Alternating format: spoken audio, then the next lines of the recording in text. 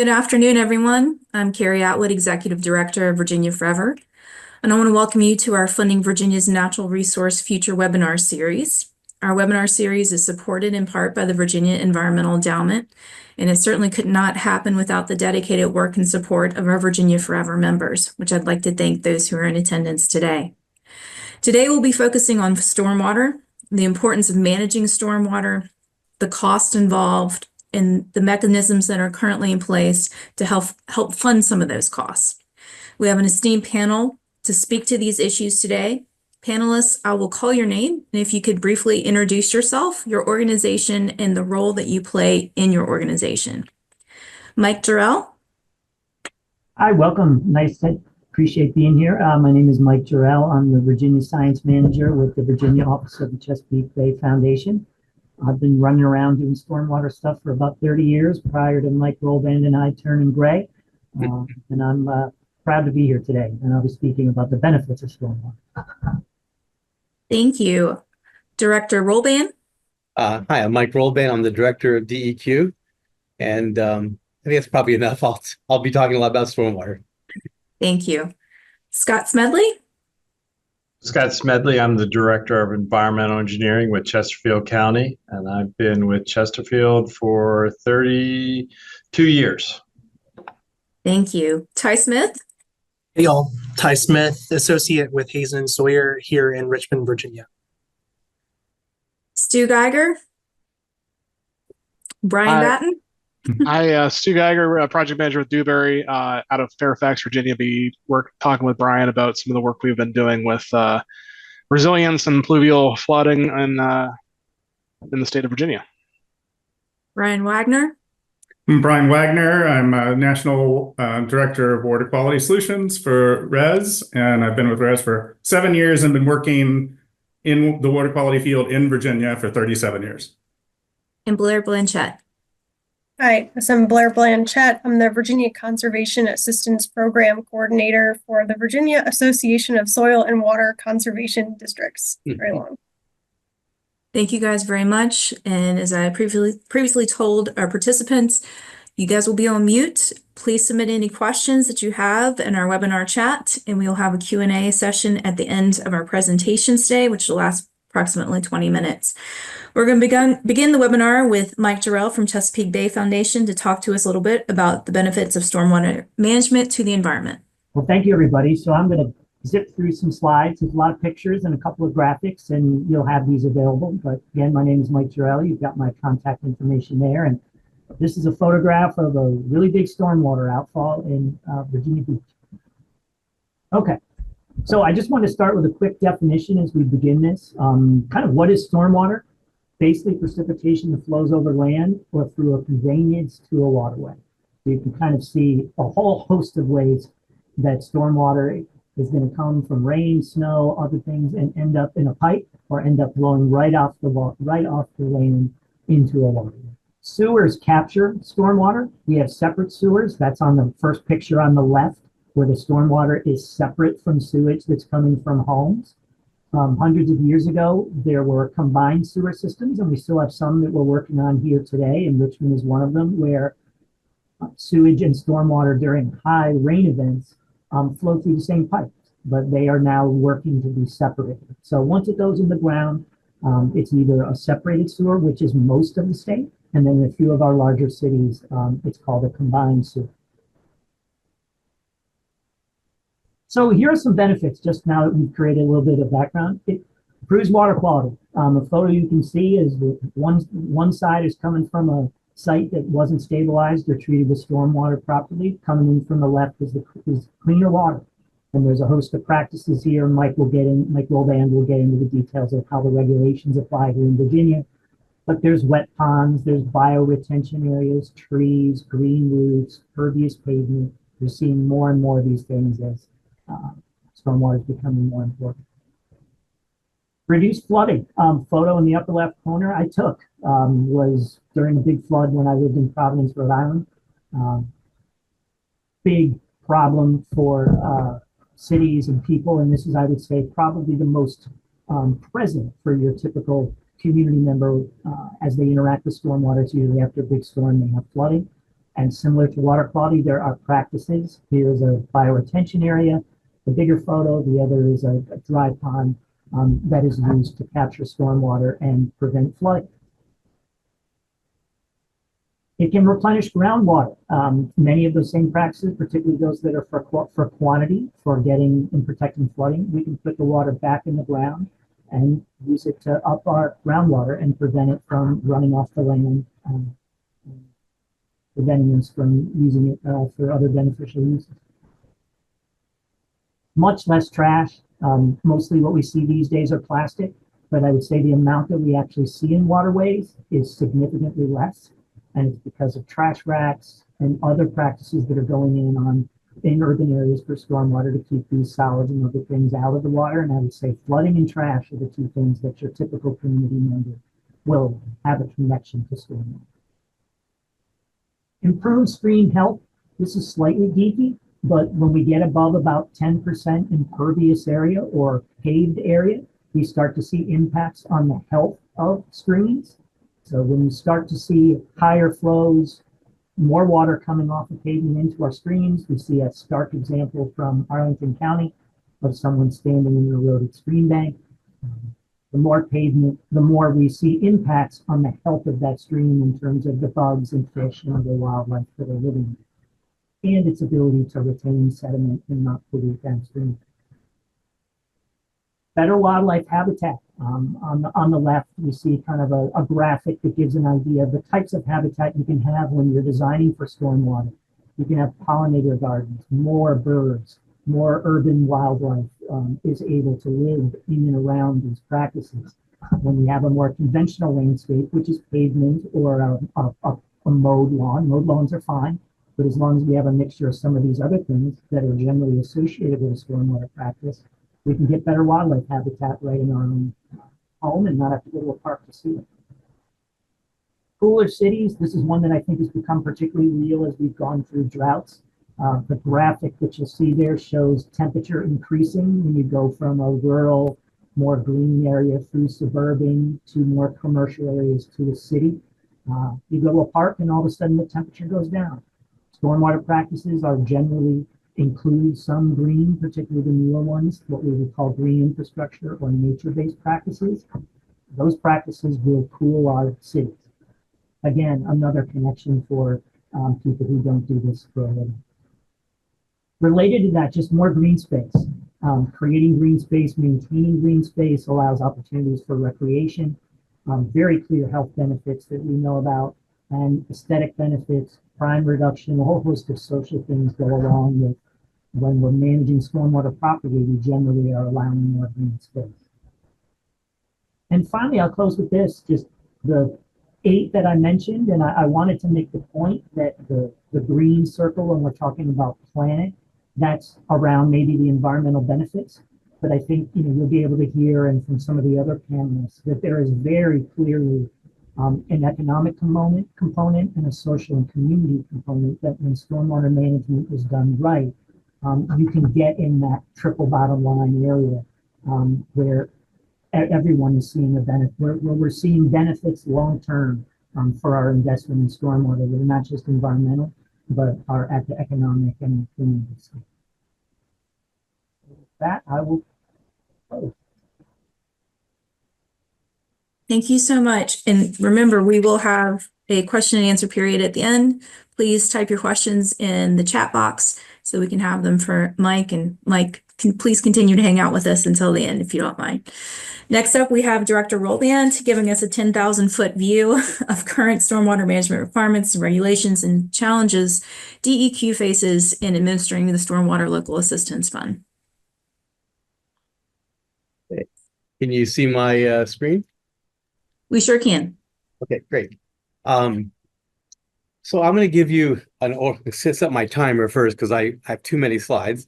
I'm going to give you an overview of stormwater management, what's changed in Virginia, as well as talk about SLAF grant challenges. So I've got more slides that I thought people would want as a reference that you can look at any time or ask questions later about it. So the first thing, and it doesn't want to click.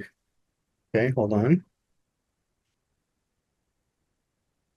This is just the overall agenda, so it's not going to talk about stormwater program upgrades. A little bit in the weeds for people that want to know about the Virginia runoff reduction method changes.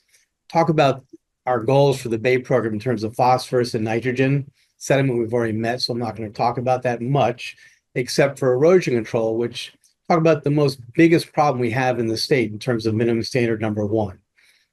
And we'll talk a little bit about cost effectiveness of the different ways we're meeting these nutrient reduction goals. And then finally talk about the issues in the SLAF fund. So first, stormwater upgrades. When I got here, it's almost 3 years ago now, I was told, well, I knew and I heard that the majority, 80% or so of all the problems were in the stormwater area. I was told, though, that the SLAF grant problem was there's no problems in the water finance side. Scott and others have educated me, and now we're focusing on that as well. But we made a major effort to solve a lot of problems in stormwater management. So as of July 1st, we had some major changes occur. Number one, we have the first version of our stormwater handbook. That went out, and that took 23 inches of manuals, regulations, guidance documents that started in 1989 and just kept piling on. And no one ever went back and tried to integrate it and consolidate it. So it's all online now. If you print it out, it's about 5 inches thick versus 23 inches thick. So there's clearly less words, less paper, but the goal was to eliminate repetition and also bring it to the state of the art. Most of the devices that we're using and the stands we're using were developed 92 to 99 era. So it's newer. The other big thing that happened is we consolidated the stormwater management regulations and the erosion control regulations. So in 2014, stormwater management moved over from DCR to DEQ. And it was actually started in 2010 and got delayed 4 years. They were supposed to develop a new handbook back then and consolidate all these regulations. It never occurred. In 2016, the General Assembly directed DEQ to do so. When I got here in 2022, it still wasn't done. So all I can say is I have a temper, I'm told occasionally, and it's done. Okay, you may not like it, but it's consolidated, and we followed the wishes of the General Assembly and just common sense. It doesn't make sense to have duplicative, overlapping regulations. And finally, we tied this into a mandated federal government every 5 years. We have to update the construction general permit. So that went into effect July 1st. We still have some cleanup regs that are in process right now that'll put the final touches on because we have a transition period for 1 year where you can use either the old methods or the new methods. So one thing that happened a lot, I'll talk about it, it's a big victory. The Chesapeake Bay Foundation was really integral to this with the Home Builders Association and commercial builders, is that we realized that lawn fertilizer had a lot of phosphorus in it and it wasn't necessary most of the time. So in the WIP in 2010, we put in a goal to eliminate lawn fertilizer phosphorus, except for new start lawns the first year. And we banned it with a law in 2011. We started negotiating a couple of years before that with Scott's primarily, the largest producer in the state, and they found that they could label green fertilizer and charge a premium and spend less money making it with less phosphorus. So the cool thing is it was a success, but the Bay model was never updated. So one of the things we did at DEQ was we got all the sales data from VDAX, fed it to the EPA, who had their consultants run the new Bay model, and we showed roughly a 4 million pounds per year of total phosphorus reduction. Now, not all of it runs off, of course. And so the Bay model is supposed to be updated in 2027 and 2028 period. In the meantime, they ran a special version, EPA ran a special version of the model for us to use for our Virginia runoff reduction method. So one thing I won't do, and I realize I have a typo, I'm not going to talk about that, but into the weeds, these are the big updates that we did, and I'll just skip through this. And these are the proposed, or the change from 3.0 to 4.1. And it shows you how we've dramatically reduced the impervious loading rates, and that's based on science. The Bay program realized a long time ago that the Tom Schuler simple method had old data from the 70s and it had to be updated. It's primarily because the air is much cleaner. So a lot of the pollution that is in our stormwater runoff is air deposition, dry fall, as well as the dust particles that raindrops form on, had a lot of phosphorus floating in that. Because we have cleaner air, we have cleaner stormwater runoff. But on the other hand, the turf was much worse based on more science. It's in the Bay model. So this matches the Bay model loading numbers. We changed the nutrient target though from 0.41 pounds per acre to 0.26. So it went much farther down. In the end, that doesn't cause a huge change in the percent efficiency requirements in BMPs. And this graph was a simulation done by Virginia Tech of 60 something, 67, I guess, different scenarios. And the orange is the old target and the percentage removal, and the blue is the new. And it shows you generally it's consistent. We just have a little higher number in the low impervious model areas and vice versa in the high impervious areas. So in terms of gaps by sources, this is the total gap in phosphorus from all the different sectors. One thing to note here, it shows a gap, okay? But it doesn't, these data doesn't show the lawn fertilizer ban. And what we think is we'll actually almost eliminate that from the lawn fertilizer benefits. And these are the kind of facts, the actual numbers from the CAS model from 2014 to 2017, 2021 versus the version of the Virginia runoff reduction method, the update. And you'll see that we've got a lot lower number because of this phosphorus change. And about 85% of the gap is solved just by this one model update because we're using less fertilizer. Nitrogen is not quite as good a story. We have a fair big load and we've been growing. So unlike nitrogen, phosphorus, where we're reducing loads, we're still growing relatively slowly nitrogen. So turning on to another problem, which is erosion control. That's directly related, to suspended solids, but also primarily to phosphorus because of the phosphorus binding to the sediments in terms of clay and silt particles. Minimum standard 1 has been in place before I moved to Virginia 85, originally in 78, and I'm pretty certain the Brown book had this. I know in the Green book in 92, it has this requirement. It's just not being followed. We're supposed to stabilize the sites. And what we found throughout DEQ, it's gotten better. The last round of 900 inspections a couple of months ago, we only had about 34% non-compliance, which is better than the 50% the year before. This is a typical example of a solar site that we keep finding. We're getting better though. There's some more pictures. So I'm going to turn to another topic because I'm running out of time. Real quick is just financial. We have to look at how much money we're spending. This is an old study from 2011. That was the same data basically in terms of general relationships from 1991 when I worked on one of these reports. And it's the same thing we're seeing now. We're spending a lot of money per pound in stormwater retrofits and a lot cheaper in other types of BMPs. So for the Water Commission recently, we just looked at SLAF cost effectiveness for phosphorus and the WQF, and we found a couple of orders of magnitude different, which is just like that old study. So that's still something to think about. This is kind of a summary. So the last thing I'll talk about is SLAF grants, okay? These are the numbers in terms of how much money we've had available each year, what the total requests are, have been, and how much we funded. So we funded the majority of the requests. There are challenges, though. I've asked several questions. And number one, when I got here, I was told, don't worry, water finance is perfect, leave them alone. Well, it turns out a lot of local governments started talking to me and water finance was not perfect. So we're now refocusing on that. And the challenges were, number one, a huge backlog. There are still grants from 2014 that aren't signed. We have no grant processing system. They did switch to using spreadsheets in 2018, I'm told, from paper. But it's still, there's no link spreadsheets, there's no system, and we have a lack of staff despite the money, because then the money doesn't go to staff.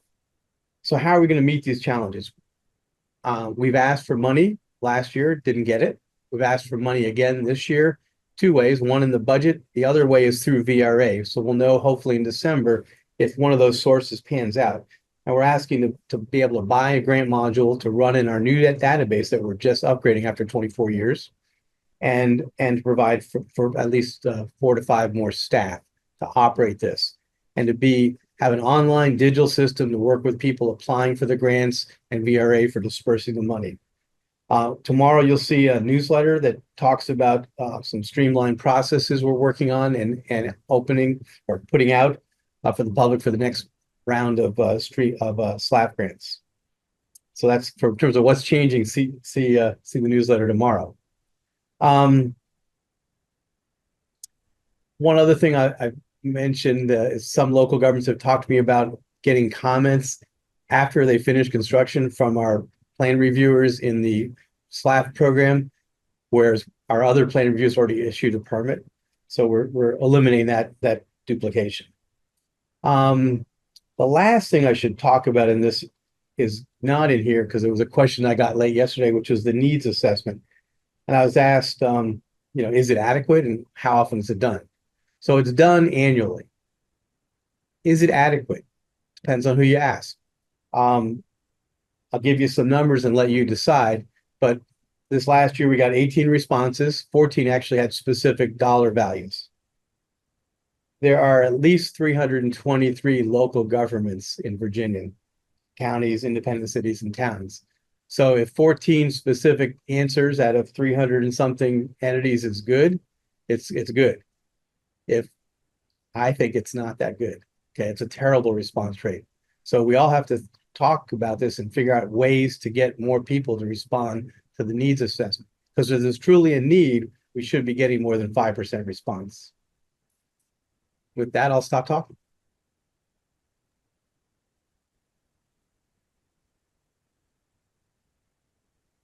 Thank you, Director Roldan. Appreciate that.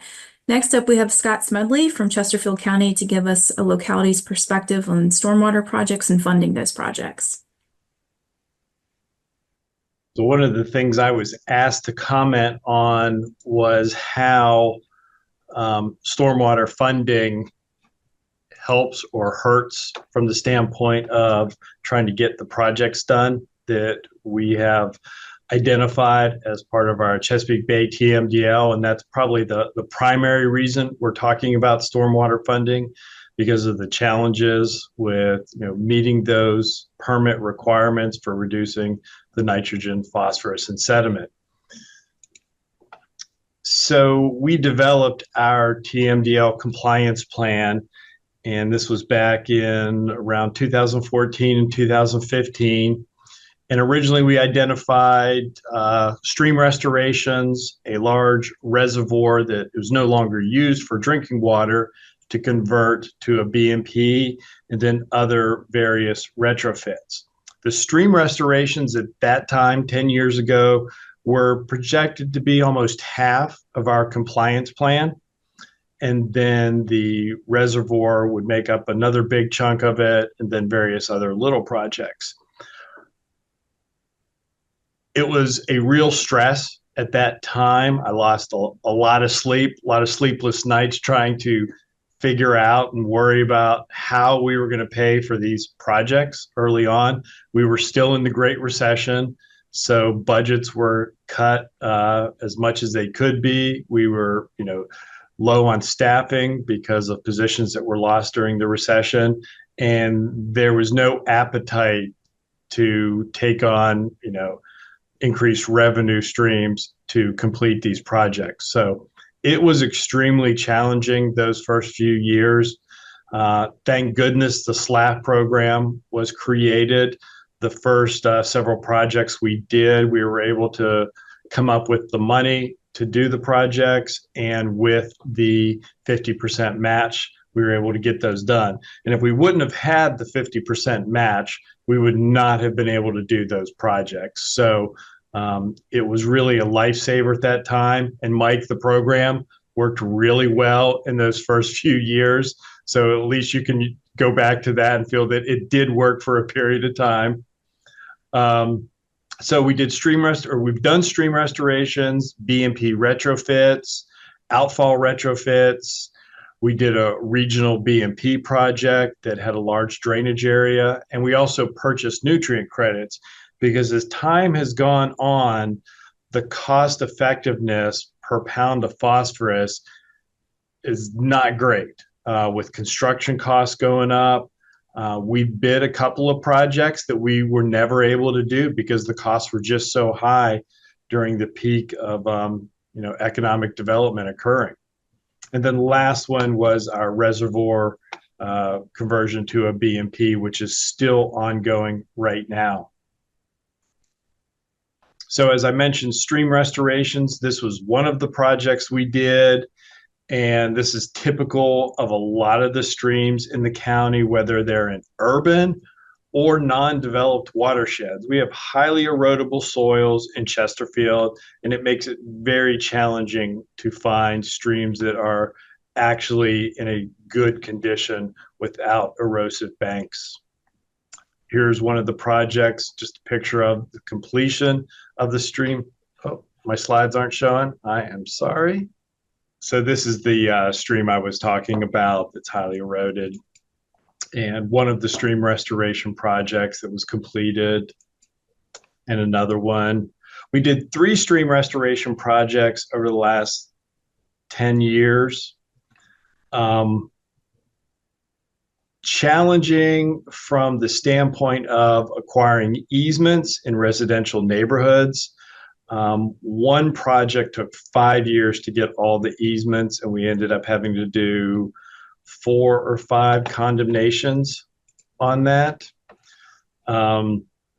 So those were very challenging. And then from a SLAF standpoint, unfortunately, the staff in the SLAF group took a lot of liberties with what they wanted to see in the projects after we had gotten through significant design.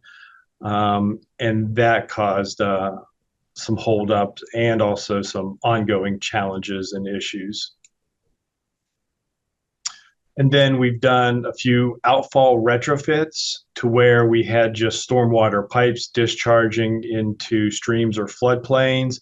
We've gone back in. We did a couple of level spreaders discharging into conserved open space. And this is a regenerative stormwater conveyance that we did on county property here, where there was a large parking area, building area that discharged to a stream. So this stormwater conveyance has worked really well. And then this is a BMP retrofit that we did at one of our high schools. So there were 3 stormwater facilities up there. The first one here was a dry detention. We converted that to a wetland system. The 2 other wet ponds were converted and upgraded. And then this is a regional facility that we built that drained about 320 acres to it. This was a really good bang for the buck project. Then we purchased nutrient credits. And then this is an aerial view of the reservoir that I was talking about. We're doing a dredging project, creating a forebay in this upper area where you can see there was a residential development occurring. This area here is being converted to a forebay, and then we will do maintenance dredging over time. This watershed is 34,000 acres. So this project is a huge bang for the buck and has the most cost-effective pound per or dollar per pound of phosphorus, so to speak. Some pictures of the reservoir. We were able to lower the reservoir water level by opening a couple of the gates down at the dam so to get in there with more conventional equipment for some of the dredging. You can see as the dredge material is removed, you start to see the water level. And then lastly, this is a shot of one of the stream restorations. Some of the questions that had been submitted related to coming up with the money to match the SLAF grants. And I know from my colleagues around the state, some of the more rural or smaller localities, it's definitely a lot more challenging to do the projects, come up with half the money, and get the other 50% from the state, particularly when they need that 50% to go out to bid. So trying to balance going out to bid and getting that reimbursement from the state in a timely manner creates a lot of frustration and conflict with being able to get the projects done. We developed a stormwater utility and put that into place in 2017, and that helped us tremendously with the funding side. So that was a big plus for being able to fund the projects. Right now, we have received about $5 million in SLAF grant funding, and I'm currently waiting on about another 5 million. 2 or 4 million of that is for projects that have already been done, and another million is for a grant that was just submitted this summer that hopefully we will get awarded a grant for. I know from talking with my colleagues around the state, frustrations over SLAF personnel commenting on projects and dictating design guidelines, and the trouble with getting the SLAF money. It has turned into a situation of trying to do projects without trying to get SLAF grant funding because of the frustration that we've all had in those getting the grant agreements and getting the money back. So that's all I've got. Thank you, Scott. Appreciate your perspective from the localities. We're going to be moving on to Ty Smith with Hazen and Sawyer, who's going to highlight stormwater projects that his firm has completed along with localities and some of the challenges along the way.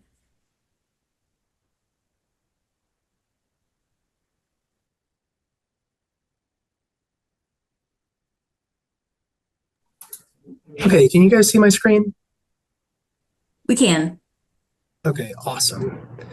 So yeah, thanks, Carrie. And I think that my presentation dovetails really nicely with what you all just heard from Scott. The story that I'm going to tell today is not my own, but it's one of a kind of a greater community, and how we successfully acquired and implemented a SLAF grant, as well as some recommendations for those interested in doing the same. And so I promise I'll kind of keep my yapping to a minimum, maybe 10 minutes, but here's the agenda that I'm going to be chugging through today.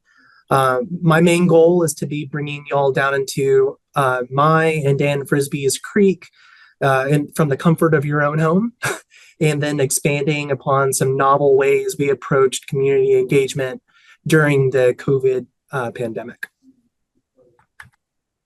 So our project is located in Charlottesville's McIntyre Park, and more specifically within the Botanical Garden of the Piedmont's grounds. So just on the other side of the high school's football stadium from Melbourne Road that you can see here in the photo.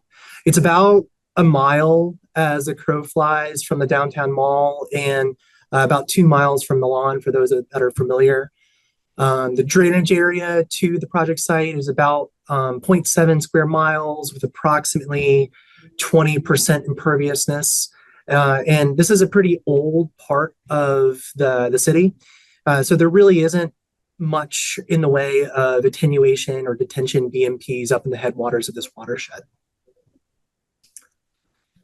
This city had been spearheading this project since 2015, and I think this slide really tells a really important story that, this project and the stormwater projects that we all are trying to implement go long, start in somebody's, backyard or in somebody's, park, and then continues onward. And in some cases can maybe even have like a driver's license by the end of it. It extends way beyond just the time when big yellow trucks, leave the site. And some of these restoration projects that I know that some of us have been implementing and talking to, require additional monitoring, somewhere sometimes up to 5 years of continuous coming back to the site and fixing it too. Now, prior to construction, our existing stream, an unnamed tributary to Shanks Branch, was experiencing significant amounts of stream bank erosion, and there really wasn't much in the way of aquatic habitat. And you really wouldn't be able to see that if you were just hiking on the adjacent trails. And then secondly, there really wasn't a safe way for the community to get down into the stream for some of the ongoing programming and community science projects that both the city and the botanical gardens have been spearheading for quite some time. Through our measurements, back in 2021, on average, the stream banks were eroding about 1 foot horizontally, and in some locations more. And this is an important thing to note because all of this sediment ultimately ends up somewhere, whether that's immediately downstream or all the way down into Chesapeake Bay, which ultimately pollutes our waterways and cripples the habitat, right? So by the looks of that aerial image that you saw just a few moments ago, as well as the video, the area just kind of looks like a wooded, place, right? It was just in the middle of the woods with not much going on. But I actually want to show you that there's a lot much more going on. There's infrastructure that had to be considered, as well as existing conditions, in addition to a railroad right-of-way. So we had to really think about and be creative with our design to effectively minimize disturbance, both in the temporary as well as permanent ways, as well as thinking through accessibility for the contractor to access the site, as well as post-construction accessibility for ongoing monitoring activities, whether that's by a professional or by the community at large. And then thinking through the way that we're going to go about designing the project to meet the overall project goals. So those project goals were kind of threefold.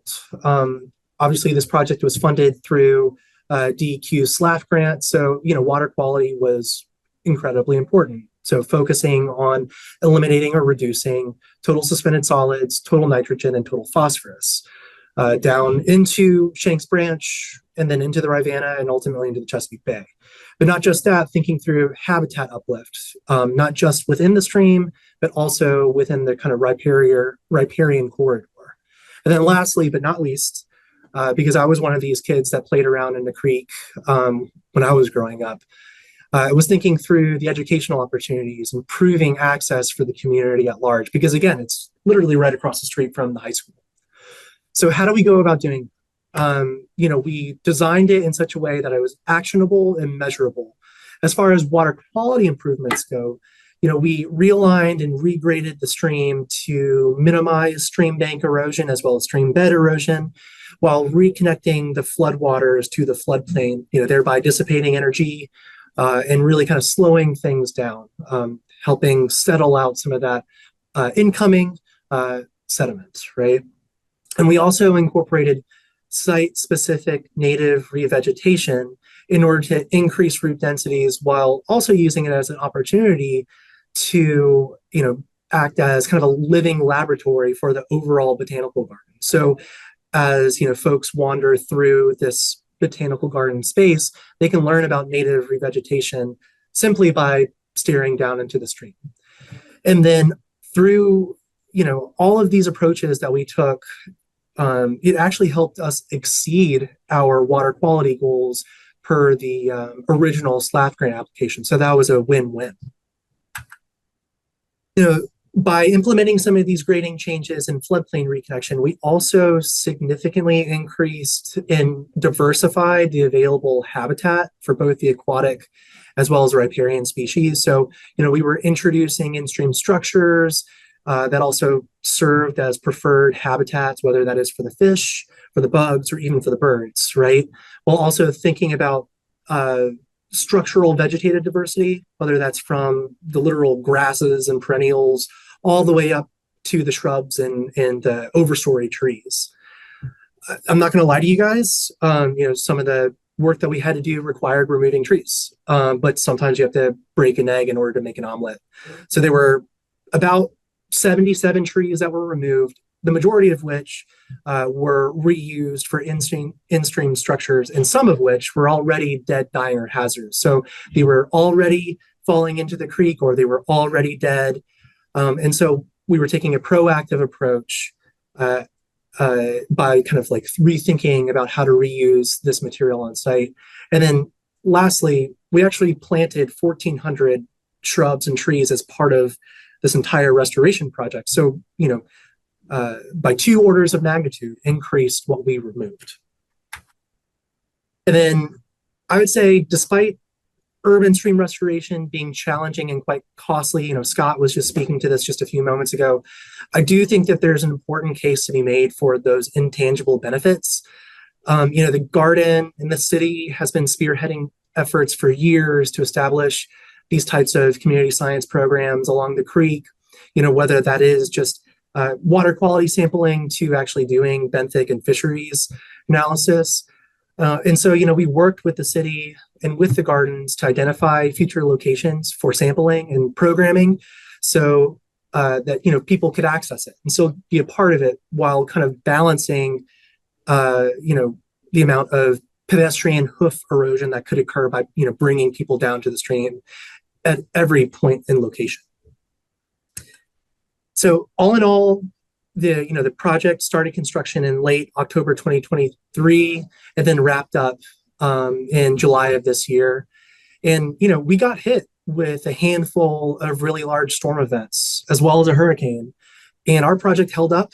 And I think that it's stunning too. Dan and I would proudly say that I think that we've achieved all the goals I just kind of walked through just a few moments ago, and then some. Now, speaking to the kind of community component, because again, this is a community space, this project area is now open to the public with mulched walking trails and educational signage along the way, serving as that focal point for the community to understand why stream restoration and water quality as a whole is important. And the city and the garden has continued to increase their programming in collaboration with nonprofits like the Rivanna Conservation Alliance for water quality, fishery, and benthic monitoring beyond just, yoga in the park, if you will. Another successful approach that we took, and this was kind of an outcome of kind of our kind of COVID era project, was we developed a living and breathing website to keep the community in the know. And this was important so that we could convey critical information ranging from the design elements, so what are some of the features that you'll see out in stream, like a riffle to a J-hook, while also providing some examples of before and after. So in this case, showing before and after for a tow wood versus in a soil lift versus before and after conditions. So really changing how you explain these types of projects to the community at large. And I think it was extremely successful. No project is without challenges. And, if I had to do it again, I would do a lot of the same way that we would approach this project. And I think Dan would too.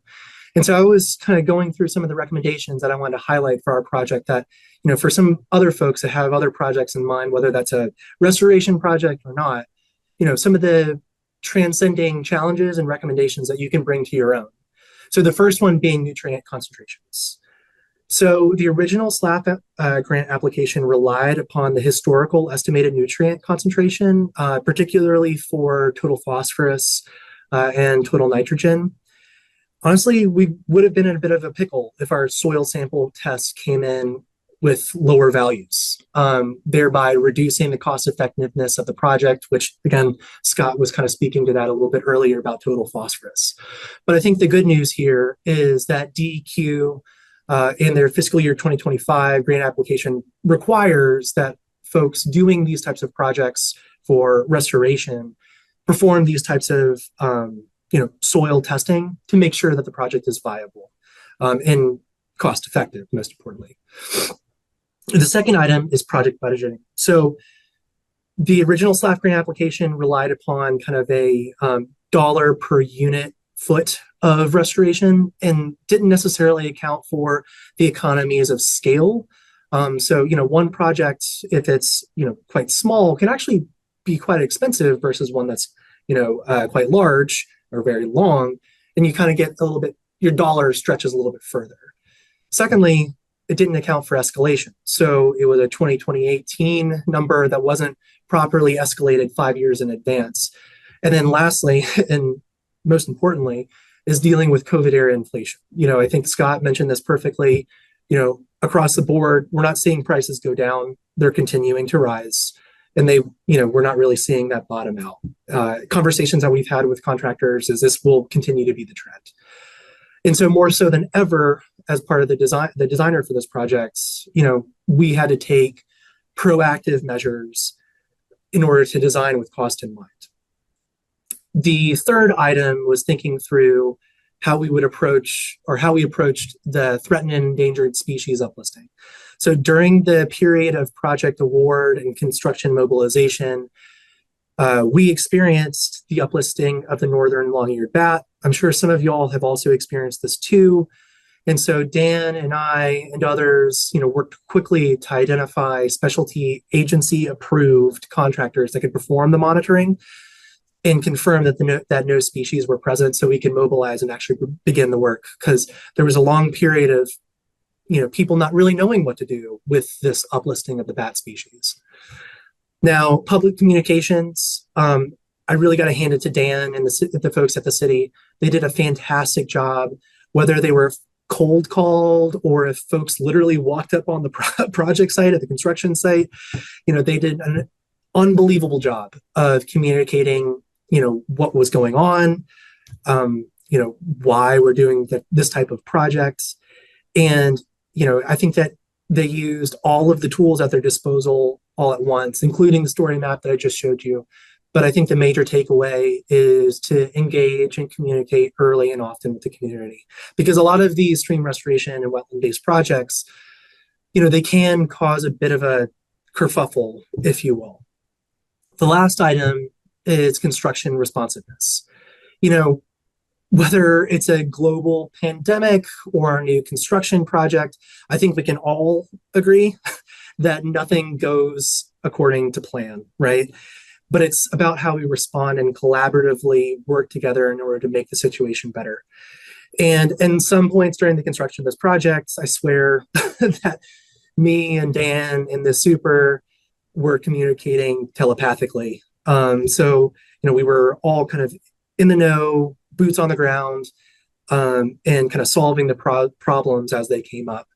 And it really is all about that. It's about communication, it's about engagement, and it's about ownership across all of the parties that, in order to make this type of a project a success. And with that, I just want to say thank you to Carrie and the folks at the city of Charlottesville for letting us be a part of this project. And it's definitely one of my favorite ones I've ever done. So thank you very much. Thank you so much, Ty. I really enjoyed that before and after visual. I think that's very impactful. Thank you again for your presentation. Remember to submit your questions in the webinar chat for our Q&A at the end of the presentations. Next up, we have Stu Geiger and Brian Batten from Dewberry, who are going to talk to us about flooding challenges that stormwater presents in coastal Virginia. So moving from Charlottesville to the coastal area. All right, and can you see our screen? We can. Just making sure before we get going. Okay. Thanks very much for having us on this webinar today. We're pretty excited to talk about some work that we've been doing for Virginia DCR under the Coastal Resilience Master Plan to help better understand the overall flood exposure and implications of kind of rainfall-based stormwater flooding across coastal Virginia. So let me be able to get an advance here. All right. So, we're speaking today on behalf of DCR, and really the work comes out of Virginia's Coastal Resilience Master Plan. And the first plan, phase 1, was completed in 2021 and really focused on coastal flood hazards, just given the time frame and everything else that was available then. That's kind of the limit of what we could do, and it was a pressing issue for the state at that time, given the implications of that hazard as it may look like in the future with sea level rise.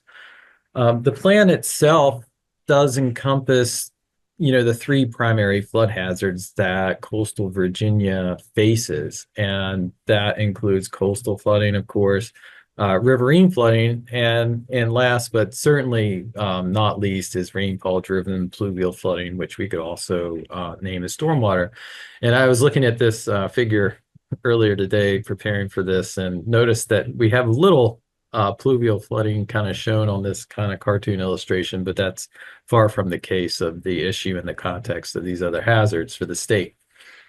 And as we were completing the first coastal master plan, on a very kind of 8-month short time frame, we had a lot of engagement out with the regional planning commissions, and also the localities that comprise those planning district and regional commissions across the state, and some surveys and stakeholder engagement, et cetera. And one thing that was a huge takeaway as we were out there trying to focus on this coastal flood hazard that was kind of near and dear to all of us, especially myself, is we kept hearing all about heavy rainfall and the impacts that it was having on the different communities. And that did end up getting a better grasp on that data and what that hazard is and what the implications of that hazard mean to the state of Virginia, one of the biggest priorities through phase 2. And in addressing the challenge that's out there, there's no widespread data sets that really show what rainfall-based flooding looks like, except for, certain communities that had the resources to model those. So with that, I'm going to turn it over to my colleague, Stu Geiger. He's going to talk a little bit about how we develop that data. Yeah, thanks, Brian. As Brian kind of alluded to on the previous slide, as far as pluvial modeling goes, there's just no existing broad scale data sets out there for use. And that's one of the key things we kind of pursued with this project, is to help make that available to at least the coastal portions of Virginia, but kind of throughout the country, we're seeing this data being more in demand. Communities want it to identify and mitigate problem areas. We've talked to folks who want to intersect their stormwater infrastructure to see if it's not capturing all the pluvial hazard. Planning organizations like planning district commissions, they want to include these hazards and the exposure to the said hazards into their long-term planning. And federal and state agencies are actively pursuing around the next generation of flood risk maps. FEMA, the Corps of Engineers, NOAA, all looking at the future of flood risk data that integrates pluvial flood risk. So in Virginia, next slide, please, Brian.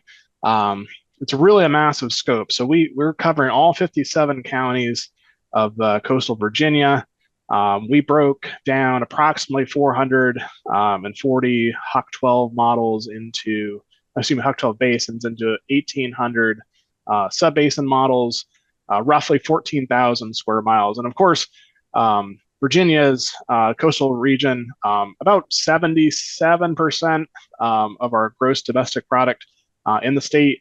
So it's really covering quite a bit of the state's population and economic activity in this area. So the modeling process on the next slide is intended to be for large scale modeling. It's not specifically at the local scale, but it's done at about a 10 square mile sub-basin size. But what we did is develop these sub-basin models using basic information, roughness, terrain from the CRMP project.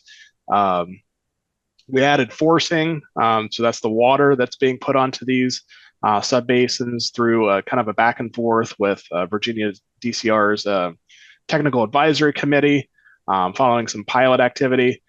We basically looked at 2-hour, 6-hour, and 24-hour storms to look at what 1 inch of rain, 2 inches of rain, 3 inches of rain, etc., which we ultimately can connect that back to recurrence intervals. But all these models were run in HEC-RAS on the Amazon cloud, and the sheer number of processing of the models that we had to do for this is pretty staggering.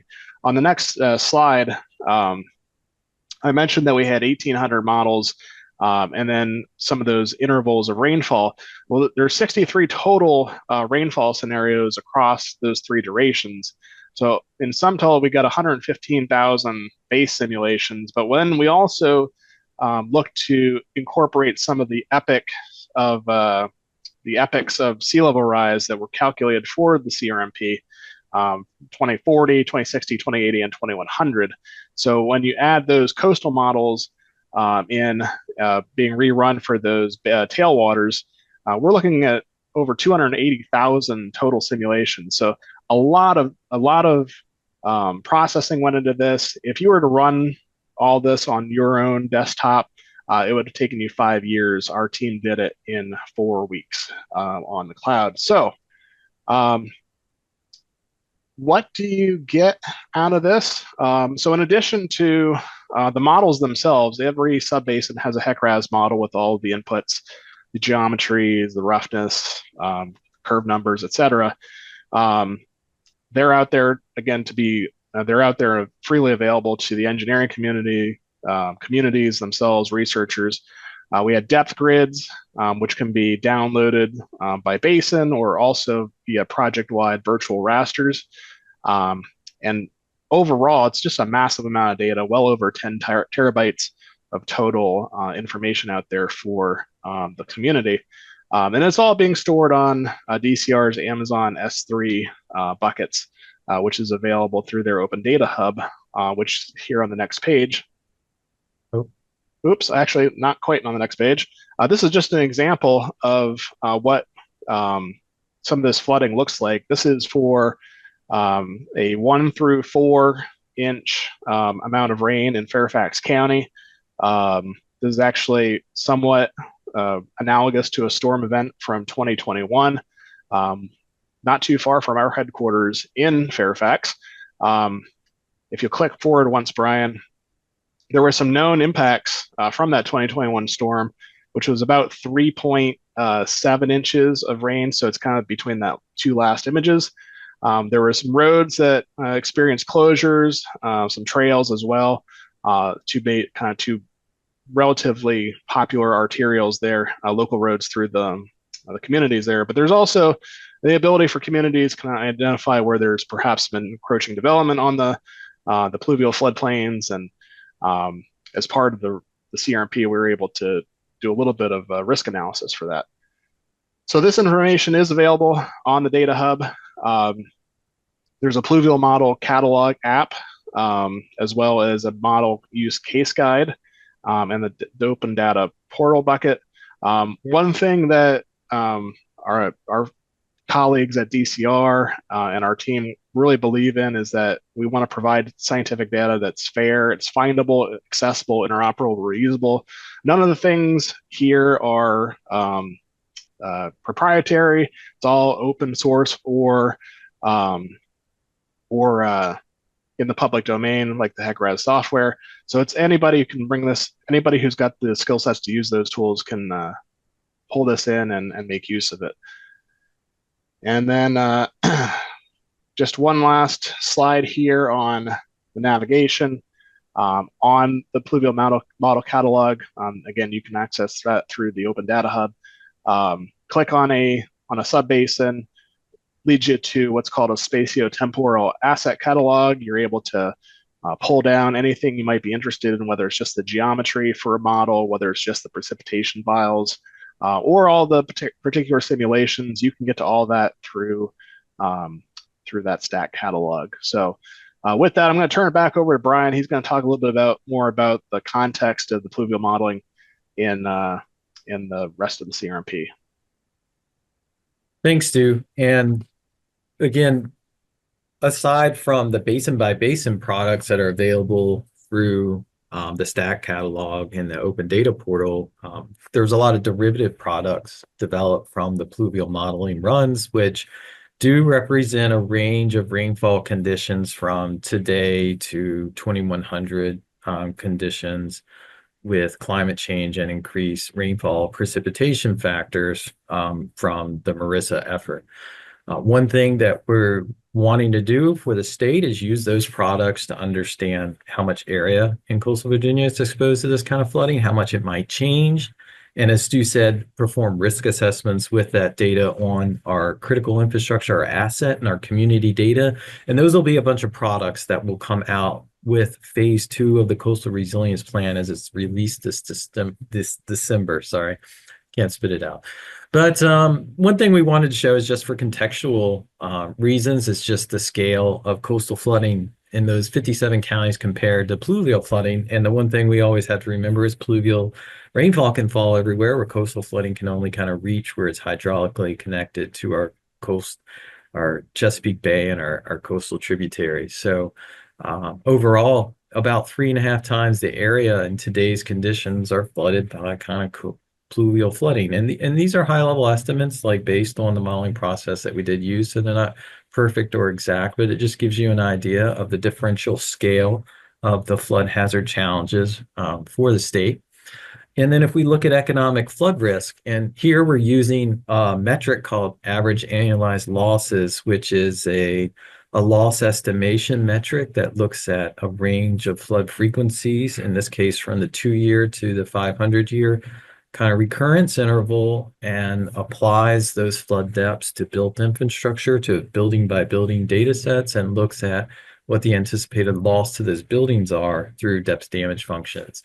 And here, a lot of the reason we focus on coastal flooding and sea level rise, as you can see here, is that there is a lot of escalation of loss with those challenges and how sea level rise will manifest itself in this problem from today towards the end of this century. We do see much less graduation of stormwater losses from our modeling so far, which is over here on the right. But, overall, the scale of that problem is, in today's condition, about 4.5 times almost of what the coastal flood hazard presents in terms of economic flood risk to the Commonwealth in these 57 counties.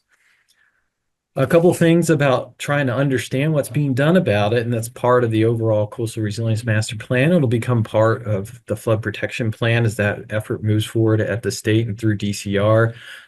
Through the Coastal Resilience Master Plan, there are efforts underway to collect and understand what projects are out there that communities are doing to address these flood hazard challenges. There's a dashboard on the Coastal Resilience Web Explorer, and I'm showing screenshots from the updated Explorer, which will come out this December, but some of this information is already available on the existing one. And just, for context, in that database right now, a lot of this information comes from the localities through to PDCs and to the state. There's almost 700 projects in there specifically just addressing stormwater or pluvial flooding that have a funding need of about $9.5 billion. So these are the kind of things that the state's trying to get their hands around to understand the needs and to work with funding sources. There are also a funding database as part of the Coastal Web Explorer. And if you look down here, there is a little matchmaker algorithm in the background that as you enter a project in, it does some database queries to try to say, hey, what projects qualify for what funding sources? So is it perfect? No, but it'll kind of start pointing you to opportunities that you could perhaps leverage and or stack to see that project come to fruition. And with that, I think we'll wrap it up here. One thing we want to do is here's provide you the hyperlink out to the landing site for Virginia's Coastal Resilience Master Plan. Again, the new updated plan, phase 2 plan, will be coming out this December with all the updates encompassing the pluvial flood hazard in the context of coastal flooding and a brief look at riverine flooding in today's conditions for the state. With that, thank you very much for having us today, and we look forward to any questions later. Thank you, Brian and Stu. I can only echo what Dr. Roldan has put in the chat. Totally awesome modeling. 100% agree. We're going to move on to Brian Wagner from RES. He's going to be talking to us about improving Virginia's stormwater quality outcomes.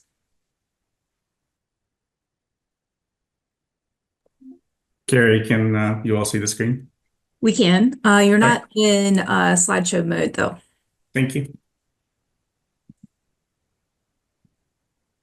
Awesome. So I appreciate all of the previous speakers. They've sort of highlighted some of the points that I would like to make. Overall, I think it's been pointed out that there are increasing demands on water quality professionals. This is not just in Virginia, but nationally. And most of those challenges are due to increased demand due to growing population and climate change, but also the complexity of our environmental issues. Also, I think it's important to think and consider, especially in present time, that water quality is not really a partisan issue. It's both a Republican and a Democratic and an independent issue that affects everyone, and citizenry are demanding that water quality issues be addressed. States and localities are forced to deliver more complex projects with fewer physical and staff resources, especially, I think it was pointed out, more rural localities. Oftentimes, the staff in the planning or public works are just a few members who may or may not be engineers or may or may not have a tremendous amount of experience and are often wearing, multiple hats. States and localities really need more resources and options to sort of address some of their ongoing issues. What we at RES have found is that there are limited locations for large-scale regional and stormwater infrastructure. And then trying to meet multiple needs or serve multiple sort of project goals on the same project. So a lot of grant-funded programs will either be, a resiliency project or for resiliency projects or for water quality projects or flood control projects, but oftentimes grant programs and agency restrictions on funding limit sort of a multi-use sort of project. And then oftentimes grant programs can restrict projects to locally owned or controlled properties. And oftentimes those public parcels aren't the optimal location for doing a water quality project. Oftentimes, you're working in sort of constrained corridors along with utilities in most cases, if you're doing things like stream restoration or stormwater retrofits. So having some flexibility to work on, privately owned properties or get the private sector involved would help meet a lot of goals. And then lastly, are there strategies to accelerate implementation of nature-based solutions and green infrastructure? So what we across the country and here in Virginia are sort of advocating for is this sort of benefits of integrated delivery. Water quality and ecological restoration, again, are national issues as well as, bay-wide issues, and certainly in Virginia, both in Tidewater and Southern Virginia. And we're behind the curve in a lot of cases. We do have had a lot of success in the Chesapeake Bay, but we still have a lot more work to do. I would suggest that we've made some very slow progress, and I think CBF and even Director Roldan can, discuss how some of our goals have slipped and our timelines for meeting those goals. So really, our belief is that alternative delivery, turnkey solutions can help facilitate some of that. So this would, alternative deliveries provide opportunities to transfer risk and proof of performance to the provider, and that reduces, long-term cost and increases effectiveness. If your contractor is also your designer and your builder and your long-term maintenance and monitoring and long-term and is responsible for long-term success, you're potentially going to have a better project and a more cost-effective project. Traditional project delivery methods, design, bid, build in Virginia. Some contracts can be CMAR type projects, and very few localities in particular are doing design build because they don't believe that they have enough flexibility. And what alternative project delivery methods would do is establish sort of a pay for performance, pay for success, outcomes-based contracting.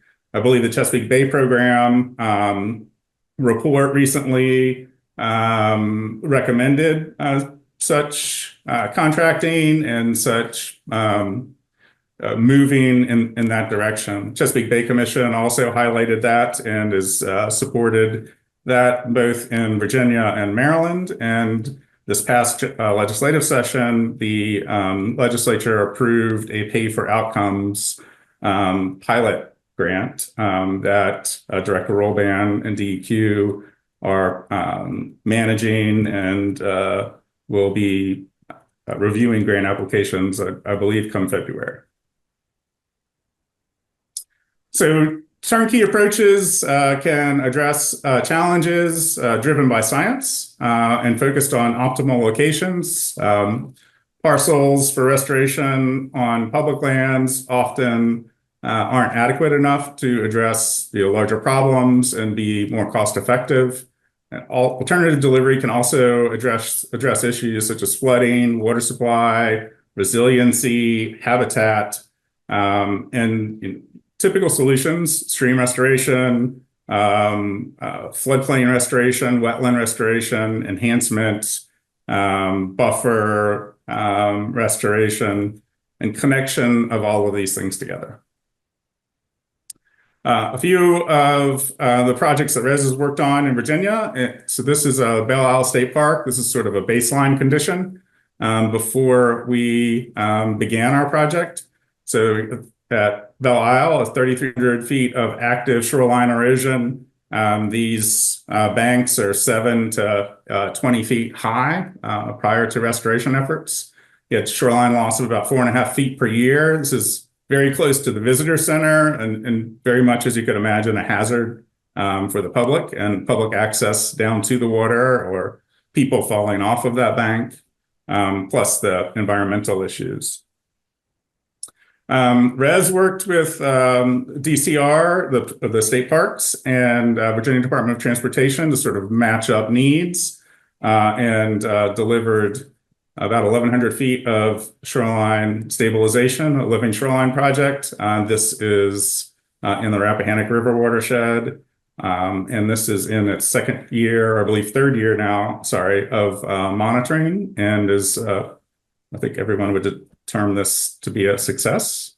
But this also helped VDOT meet their MS4 permit requirements as well. Wankapen Stream Restoration Project. This is in Loudoun County.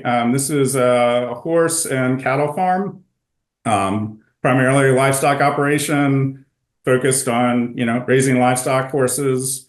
Typical sort of Northern Virginia, Piedmont streams, highly eroding on outside meander bends, loss of floodplain connection. We put this project together also with VDOT and to help meet their Potomac MS4 needs, and put together a project of 16,000, almost 300 linear feet of restoration, and had significant cost savings over what they were projecting that they were going to have to spend in this watershed. Other types of project opportunities, should turnkey and or pay for performance be more widely adopted. We're working on a project called Wilson Ranch Restoration. This is in Florida. This is a highly developing watershed just outside of Tampa in an area called Lakeland. 80 impaired water bodies, 40 TMDLs just in this county. Rapid growth, subdivision growth in heavily agricultural areas, and lots of impacts to water quality, recreation, flooding, as you could imagine. Our concept here is, so this is a confluence of Peace Creek and Peace River. And so this is to meet the TMDLs or help meet TMDL issues in that river. So 5,600 linear feet of restoration of Peace Creek, which is that sort of green corridor area there. And then 3,600 linear feet of Peace River, which is below the confluence of a smaller stream with Peace Creek. And the channel will also be restored, and the existing floodplain will be graded, and dikes will be removed, and it will allow for another 460 acres of wetland restoration and treatment in this watershed. And another sort of multi-use, multi-benefit project that we are working on or have been working on with Harris County. This is just outside of Houston. Again, a rapidly urbanizing area. So you sort of have this suburban and agricultural uses, very typical of Tidewater in Northern Virginia. This is the Little Cypress Creek Stream Restoration and Flood Control Project. It's 9,400 linear feet of stream restoration, 37-acre detention basin, 500,000 cubic yards of flood storage. And then this was connecting these urban areas that you see in the photo with the park system, which is just off screen to the south here. So this is now nearing completion. This is an active park. So there are trails that wind around this stream restoration and these stormwater management facilities. And this is a great example of sort of a multi-benefit use. And that's really all that I had. I was trying to be quick as possible, given our time frame. Thank you, Brian. Appreciate that. We're going to have Blair Blanchette come up next to talk to us about the VCAP program. And Blair is with the Virginia Association of Soil and Water Conservation Districts.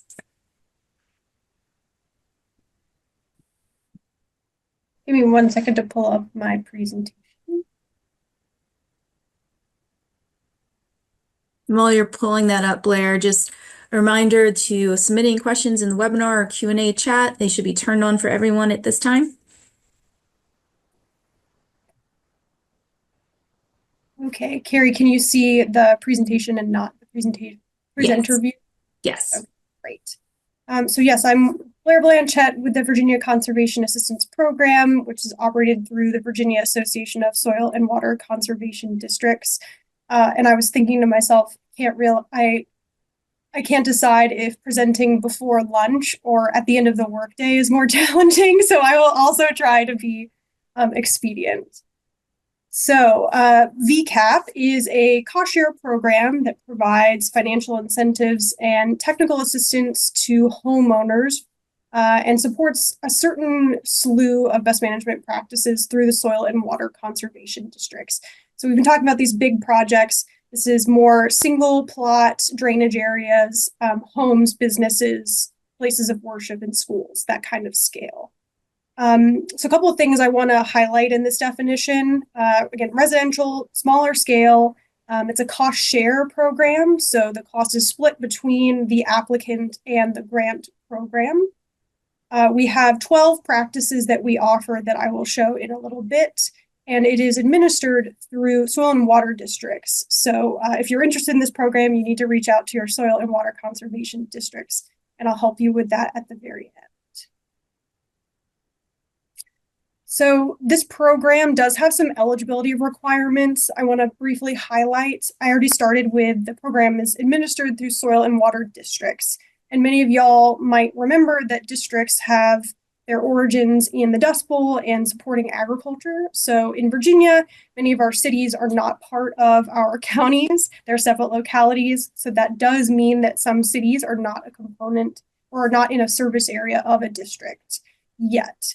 But we're seeing an increasing number of cities reach out to their local districts to develop MOUs and offer soil and water district programs, VCAP among them. So very excited to say Hampton is now a part of a relationship with Colonial as an example. VCAP is a water quality improvement program, just of a different style than what we've been discussing. And as such, in order to participate in the program, you must have a resource concern on site. So erosion, poor cover, excess runoff, something like that. There is a separate funding source for state and federally owned lands and agricultural lands. So again, we would turn folks to those other funding sources if your land was state or federally owned or in agricultural production and eligible for VAX, the Agriculture Cost Share Program, or a federal program. And then finally, we are a retrofit program, so no active construction. And I realize a lot of these eligibility stipulations are negatives, like we don't help these people, we don't help these people. But remember, this is for homeowners, this is for businesses, schools, places of worship, parks. So everyone that is listening to this could participate in this program, even if it's not their property, might be somebody they know or a community resource they participate in. The process of the program does have a variety of steps. It is a state-funded program, so there's a couple different things you got to do in order to participate. So first, interest. If you are interested in the program, you need to contact your local district.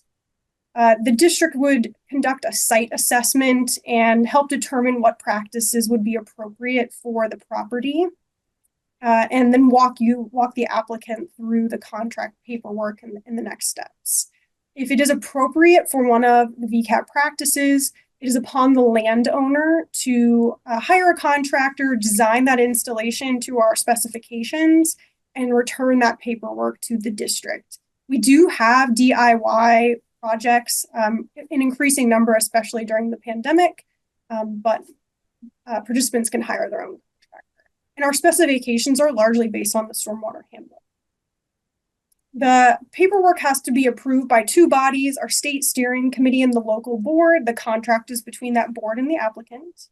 And once it is approved, the applicant can begin installation. Only after installation is reimbursement received by the participant. So the fun part, what are the practices that we fund? So there are 12 different practices. The upper left, conservation landscaping, is by far the most popular. And it includes meadows, mixed planting beds, riparian buffers, tree planting. So it has some subcategories within it.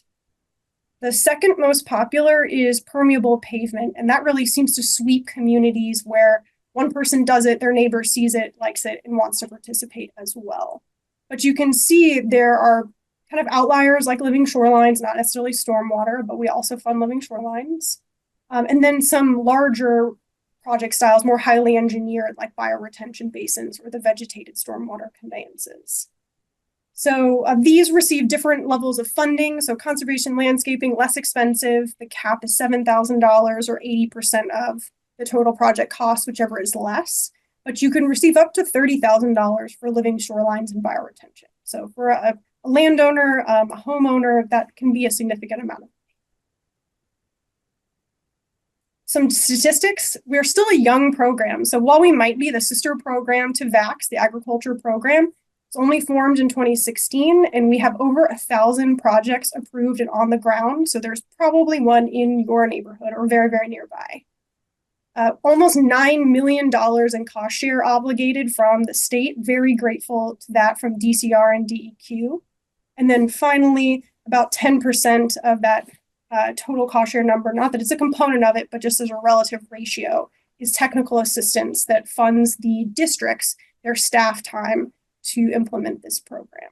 We're really proud that we breached 1,000, but we're coming for VEX. We're gonna be equal to them in some time.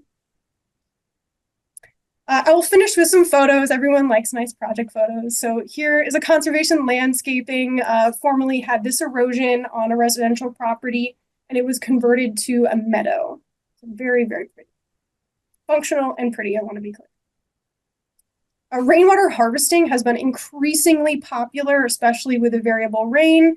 So again, not for agricultural production, but we see a lot of folks with raised beds or even kind of larger areas that they've converted to food production.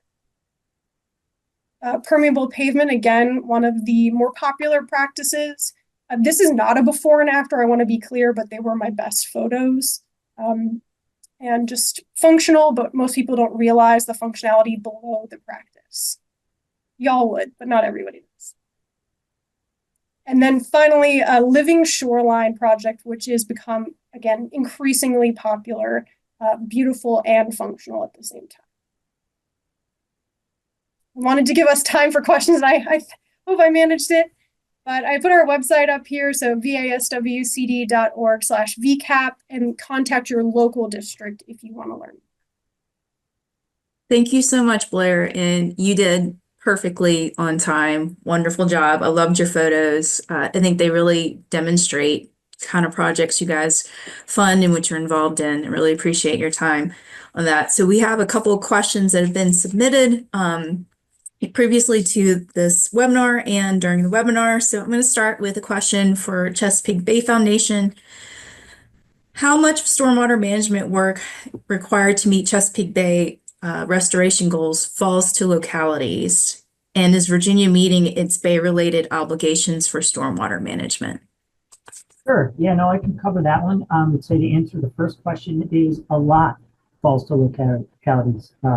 The majority of stormwater is either regulated or conveyed in some way by localities. And I think it's fair to say that localities are on the front line of really virtually any consequence of stormwater, any stormwater related issues from flooding to installation of BMPs. Localities are going to be dealing with runoff from industrial facilities, from state and federal lands, and then from finished development is not going to be the responsibility of the locality. The latter, finished development, would be the private landowner or potentially a homeowners association. But again, from the beginning of the development through the end, there is a direct connection to localities. In terms of the Virginia meeting its requirements related to the Bay, I would say no, but it's not a simple no. It's complicated. When you look at model loads from 2010 to 2024, nitrogen loads have increased about 8%, phosphorus goes up about 3%. But the flip side of that is developed land is going up nearly 10%.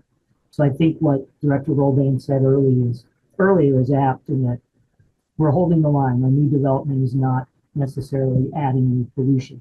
I think what's important to remember is as we see continued development, whether it's suburban or data centers or other things, and we see more intense storms,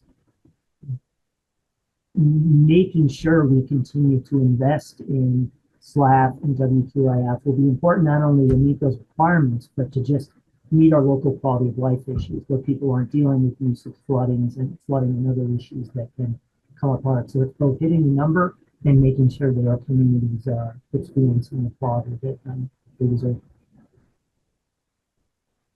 Thank you, Mike. Director Roldan or Scott Smedley, do you guys have any comments that you would like to follow up with that?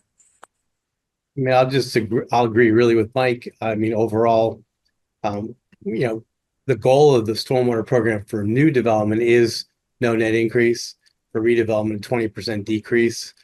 The big source of stormwater pollutant loads is coming from existing impervious surfaces from hundreds of years of development. And that's where the SLAF grants are really directed towards. And that's where the big demand is. I would just add that I came from the utility sector, so I did this for the wastewater treatment plants, and then came to the stormwater sector. Obviously, though, there's still a huge challenge with the ag sector and trying to get at those loadings and get some meaningful reductions. I think we've made progress over the last 20-some years. But that sector, if we can make some inroads there, and I think the pay for performance programs that have been promoted, Mike, in the ag sector could pay some real dividends if we can make some headroads there. or inroads. Inroads, yeah. No, I think pay for outcomes, pay for success, pay for performance, however we call it, has a lot of opportunity.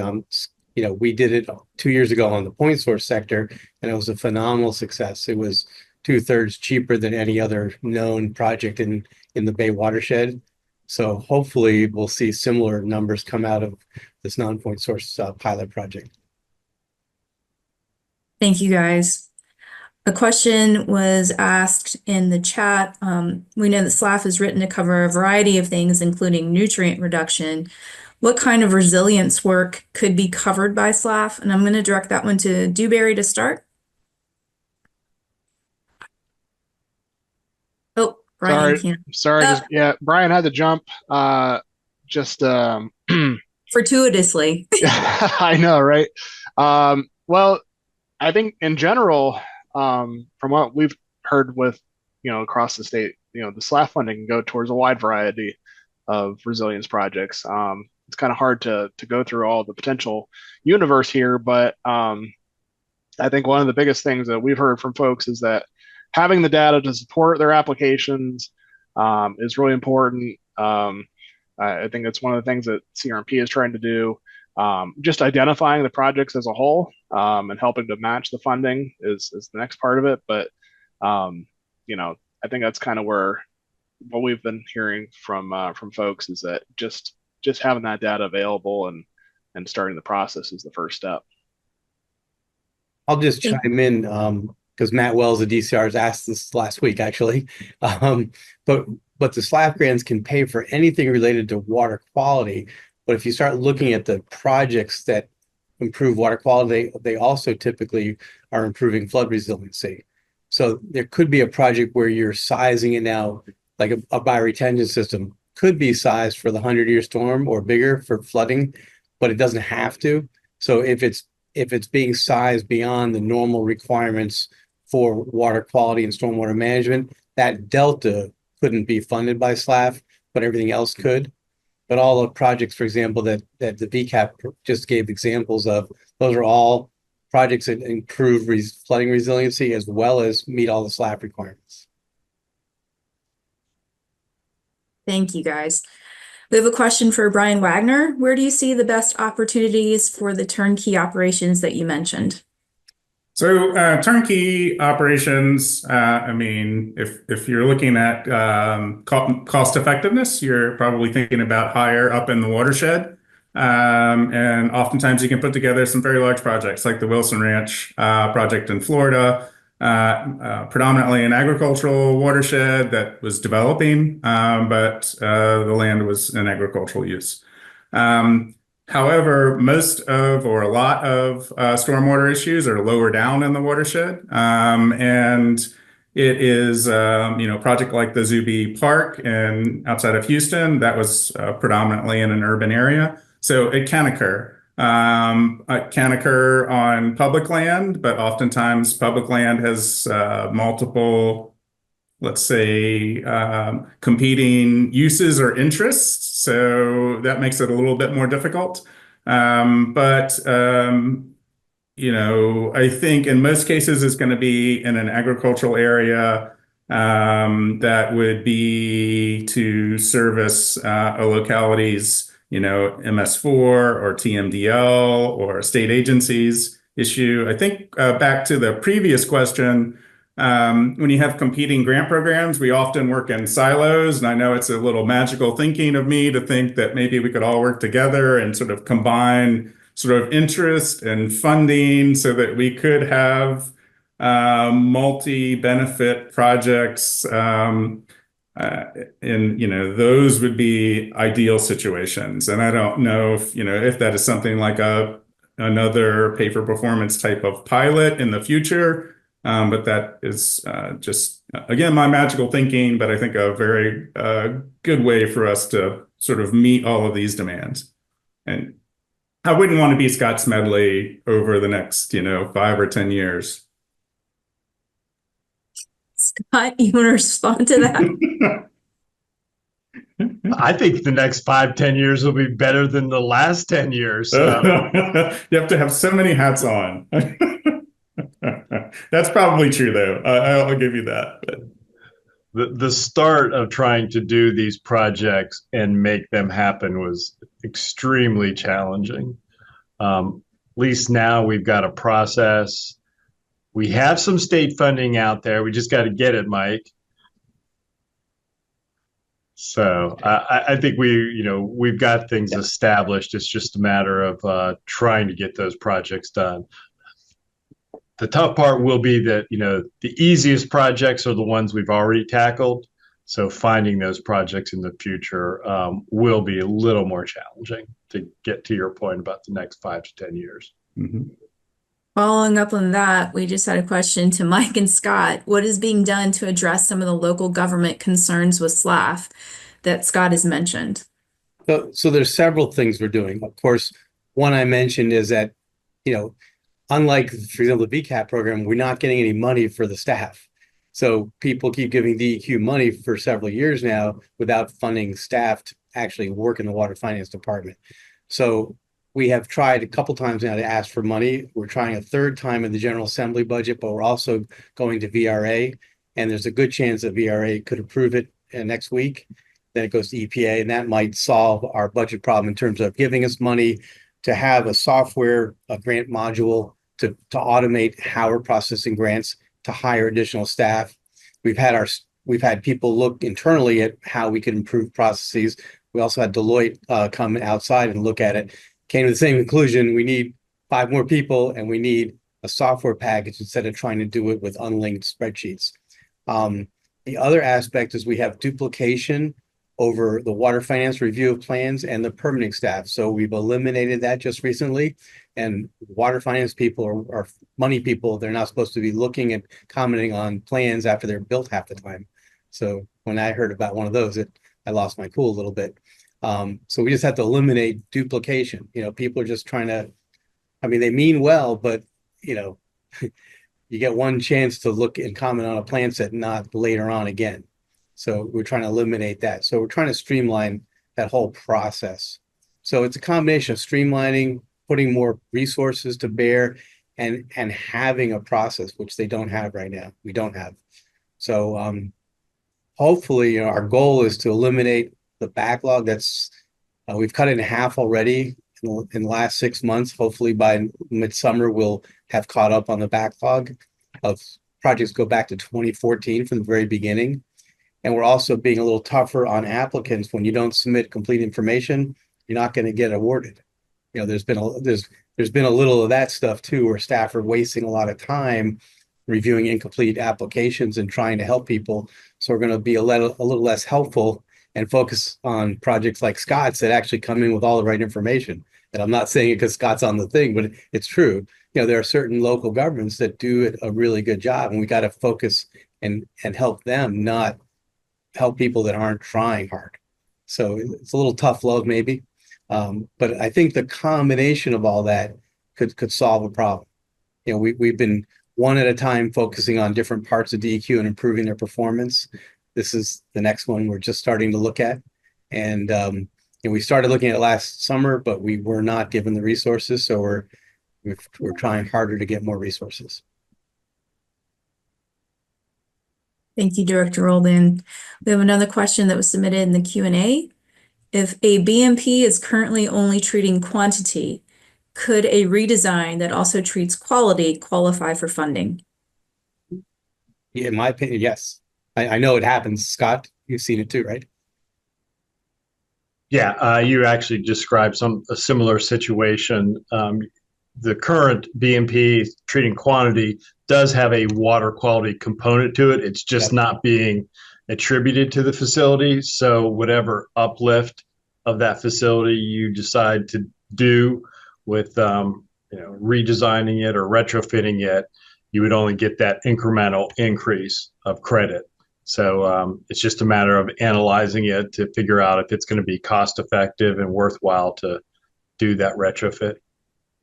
Yeah, I've worked personally in my old life on a couple of projects, and it was very cost effective sometimes, except when you're dealing with a large dam and you have to go to new dam standards, and then the cost effectiveness went away. So unfortunately, it didn't get done. But it just depends on the site, the project. Exactly. Thank you, guys. We are about 15 minutes over our time, so I appreciate all of your presentations today and answering your questions. Thank you all for your time and attention and highlighting the importance of managing and funding stormwater in Virginia. We'd ask that you please sign up for our newsletter and follow us on Facebook for upcoming webinar dates. And I want to thank you to the Virginia Association of Soil and Water Conservation Districts, who are our partners in this webinar series. Thank you again to our panelists. You guys did a fantastic job. And your presentations, if you'll send them all to me, I'll make sure that they are available to all of our participants. And this has been recorded and will be available on Virginia Forever's website. Thank you all. Have a happy holiday and enjoy the rest of your day. You too, Carrie. Thank you. Thanks, Carrie. Thanks, Thank you, everyone. guys. Merry Christmas. Happy holidays. Happy holidays. Thank you.